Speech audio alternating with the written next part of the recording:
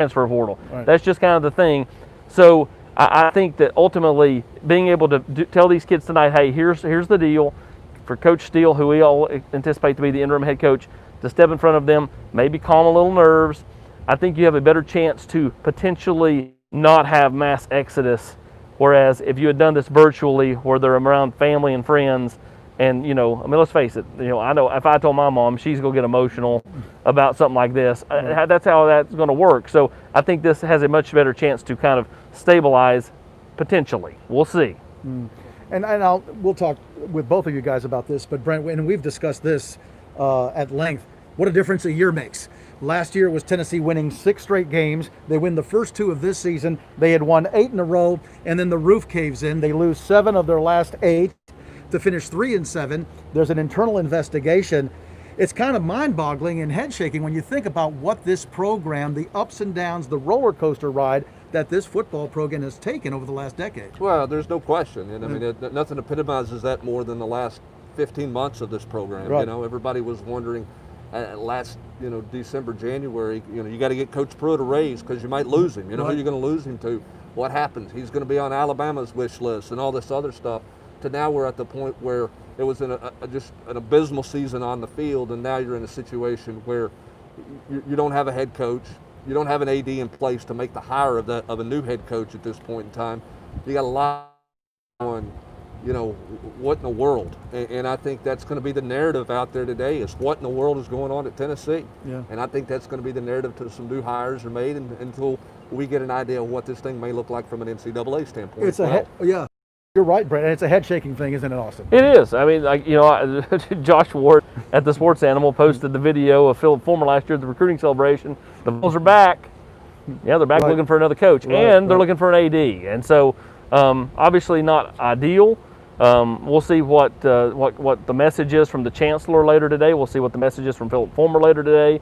But this is something that 5 months ago no one would have anticipated. When Tennessee went to the half at Georgia with the lead sitting there at 2-0, That's right. Nobody would have anticipated how the next few months were going to unfold, and yet here we are standing here in mid-January, and it's cold, it's windy, and the phones are ringing, but they're not ringing because of recruiting or anything else. They're ringing because Tennessee is underway for a new search for a football coach. All right, Brent, do you have anything else as we wrap it up? Maybe let the folks on VolQuest know what your coverage plans are today. Well, I think the biggest thing to everybody right now is just the timeline, kind of where is everything and what's happening here.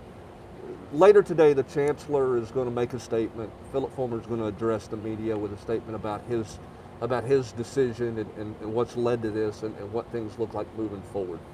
I do feel like that Tennessee is going to use a search firm and they want to hire an AD first. How quick can they get that done? Can they get it done by the end of the month? Typically those searches last a while. You would think this one would go fast. Then they will get into a search for a head coach. Kevin Steele going to be the interim. I think that Kevin Steele will have a chance to get this job, as Austin mentioned.